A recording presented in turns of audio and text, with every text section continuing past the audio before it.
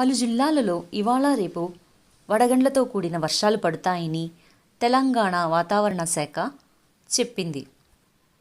ఈరోజు రేపు ఉరుములు మెరుపులతో కూడిన వర్షాలు, వడగండ్ల వాన కురుస్తాయని వాతావరణ శాఖ సూచించారు. అక్కడక్కడ వడగండ్లతో కూడిన వాన కురుస్తుందని హైదరాబాద్ వాతావరణ శాఖ తెలిపింది. అందుకని ప్రజలు అప్రమత్తంగా ఉండాలని, ఉరుములతో ఎక్కువ గాలితో వర్షం బాగా ఎక్కువగా కురుస్తుందని తెలిపారు. బుధవారం ఉత్తర కర్ణాటక నుంచి దక్షిణ మధ్య మహారాష్ట్ర వరకు ఉపరితల ద్రోణి వ్యాపించిందని అధికారులు తెలిపారు.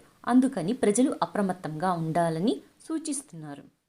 ఈ ఉపరితల ద్రోణి ప్రభావంతో ఆదిలాబాద్, నిజామాబాద్, జగిత్యాల, నిర్మల్,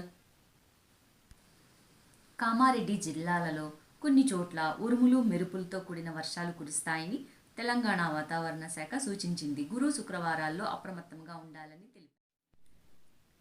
శీతాకాలం కావడంతో ఉష్ణోగ్రతలు కూడా తక్కువగా నమోదవుతున్నాయి.